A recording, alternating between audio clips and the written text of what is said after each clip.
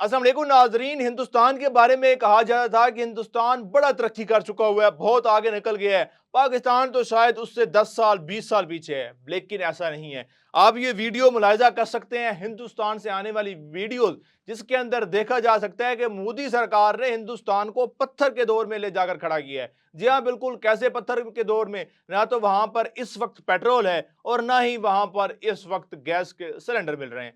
वहां पर लोग सिलेंडर लेकर सड़कों पर बैठे हुए हैं। इन लोगों को 3-3 दिन हो गए हैं ये सड़कों पर बैठे हुए हैं लाइन के साथ, वहीं पर सोते हैं, वहीं पर पूरा दिन गुजारते हैं और इनके सिलेंडर जो है वो लाइन में रखे हुए हैं कि कब उनकी बारी आएगी, ये सिलेंडर फिल करवाएंगे और ये फिर घर जाएंगे।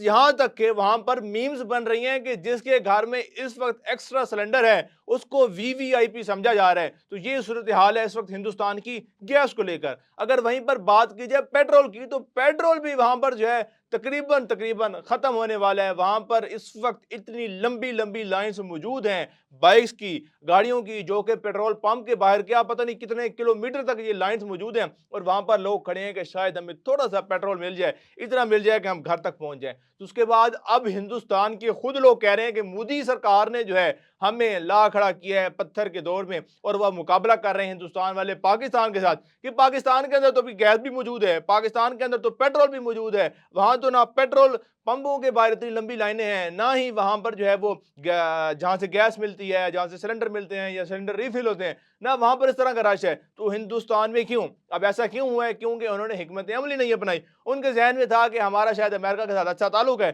तो हमारे ना तो यहाँ पेट्रोल खत्म होगा, ना हमारा गैस खत्म होगा। तो इस हवाले से उन्होंने ना कोई काम किया, ना ही कोई हिकमत अमली इख्तियार की, ना ही कोई प्लान तैयार किया। लेकिन उसके बरक्स अगर पाकिस्तान की बात की जाए तो पाकिस्तान ने पहले दिन से ही प्लानिंग करना शुरू कर दी थी कि इस पेट्रोल को कैसे बचाना है और बचाते हुए भी लोगों तक पेट्रोल कैसे पहुंचाना है। तो इस तमाम सिनेरियो के अंदर जो है वो ज़ाहिर है इस वक्त जहां कहा जा रहा था कि पाकिस्तान ने पेट्रोल की प्राइसेस बढ़ा दी हैं, इर्द गिर्द के जितने ममालिक हैं वहां पर पेट्रोल की प्राइसेस नहीं बढ़ी, तो ऐसा पाकिस्तान ने क्यों किया है? लेकिन अब वही लोग, वही तमाम ममालिक, वही तमाम पाकिस्तान के मुखालिफ लोग जो थे, वो ये बात कर रहे हैं कि पाकिस्तान ने जो हिकमत अमली शुरू में अपना ली थी, अगर काश हम भी वैसा कर लेते तो शायद आज हमारा मुल्क के अंदर भी ऐसी मुश्किलात ना आती।